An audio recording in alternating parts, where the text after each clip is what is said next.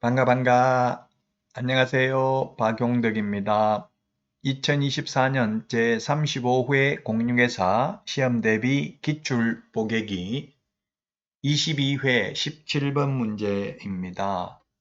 협회에 관한 설명으로 틀린 것입니다. 협회도 한 문제 출제됩니다.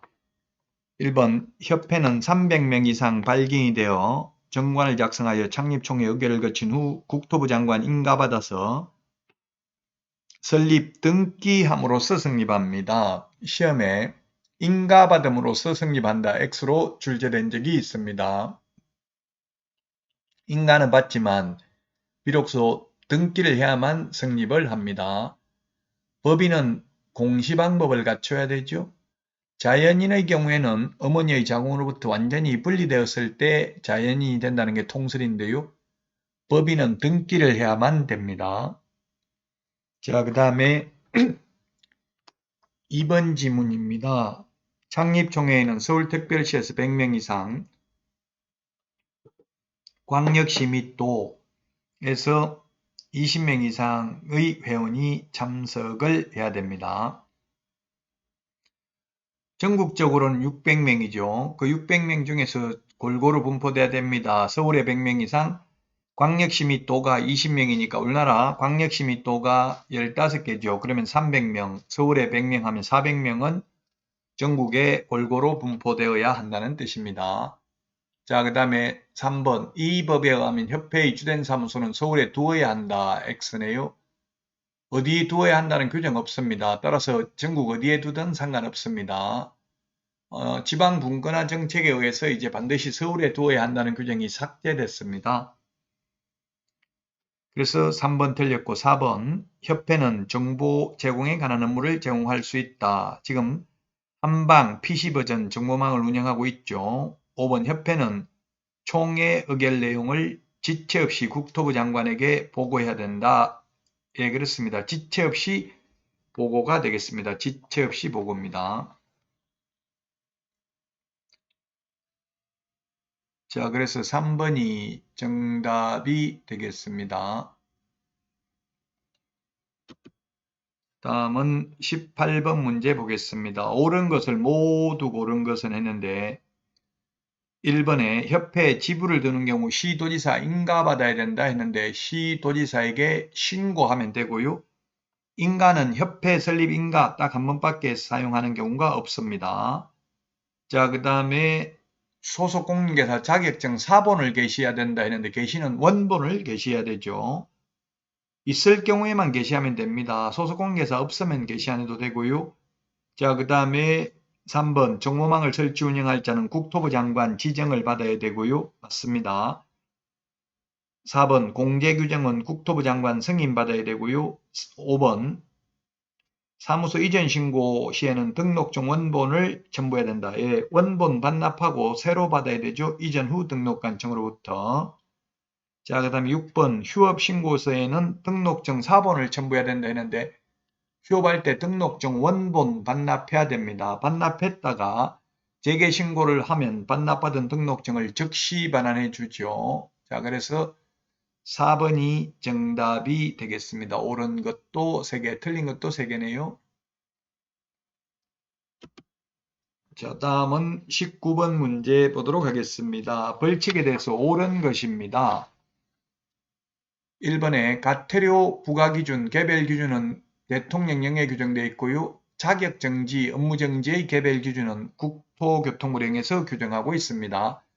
그 다음에 계약서 필요적기재사항, 확인 설명해야 될 사항, 전속중개계약 시 정보 공개해야 될 사항, 우리 암기 프린터 5번, 6번, 9번 이건 대통령령에 규정하고 있습니다. 사무소 이전 절차 국토교통부령이고요. 등록 기준 대통령령에서 규정하고 있고요. 사무소 설치 절차 대통령령이고요. 그 다음에 모든 서식은 국토교통부령에서 규정하고 있습니다.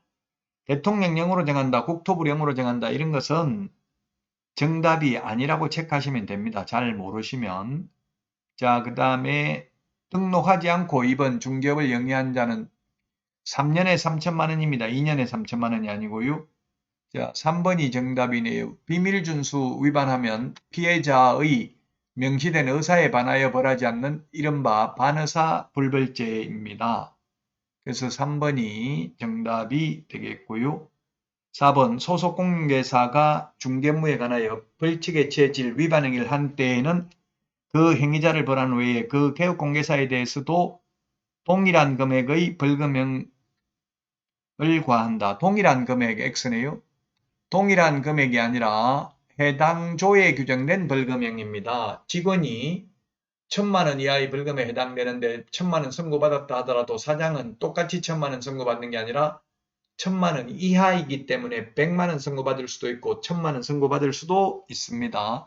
선고형하고 법정형은 다르죠. 법정형의 범위 내에서 판사가 선고를 하니까요. 자, 그 다음에 5번 지문 보겠습니다. 개업공개사가 소속공개사의 위반 행위를 방지하기 위하여 해당 업무에 관하여 상당한 주의와 감독을 게을리하지 않았다면 2분의 1 범위 안에서 그 형을 감경할 수 있다 되어 있는데 과실이 없다면 양벌 규정을 적용하지 않습니다. 그래서 5번 틀렸습니다. 2분의 1을 깎아주는 게 아니라 아예 양벌 규정에 의해서 벌금형을 부과하지 않습니다. 3번이 정답이 되겠습니다. 자, 그러면 다음 문제 보도록 하겠습니다. 20번입니다. 20번. 벌칙 최고 한도가 다른 것은 이렇게 했는데 1번 둘 이상의 사무소에 소속된 경우 이중소속 1년 이하의 징역이나 1,000만 원 이하의 벌금. 2번 양도 대여받은 자, 양도 대여한 자, 대여받은 자 똑같죠.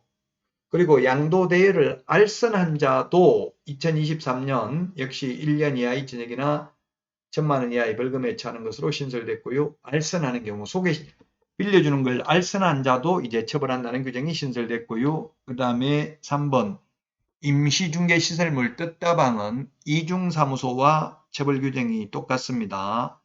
그래서 1년 이하의 징역이나 1,000만 원 이하의 벌금이고 또한 등록을 취소할 수 있습니다. 양도 대여한 경우에는 자격을 반드시 취소해야 되죠. 이중소속도 등록을 취소해야 됩니다. 소속공개사가 이중소속하면 자격 정지 사유에 해당되고요. 자격 정지 기간 중에 이중소속하면 자격 취소 사유입니다. 자, 그 다음에 4번에 의뢰인과 개업공개사가 직접 거래한 경우에는 4번이 답이네요. 3년 이하의 징역이나 3,000만 원 이하의 벌금입니다. 나머지는 다 1년 이하의 징역이나 1,000만 원 이하의 벌금이었죠. 자, 그 다음에 5번 개업공개사가 소속공개사의 위반 행위를 방지하기 위하여 해당 업무에 관하여 상당한 주의와 감독을 게을리하지 않았다면 형을 감경하는 것이 아니라 처벌하지 않는다.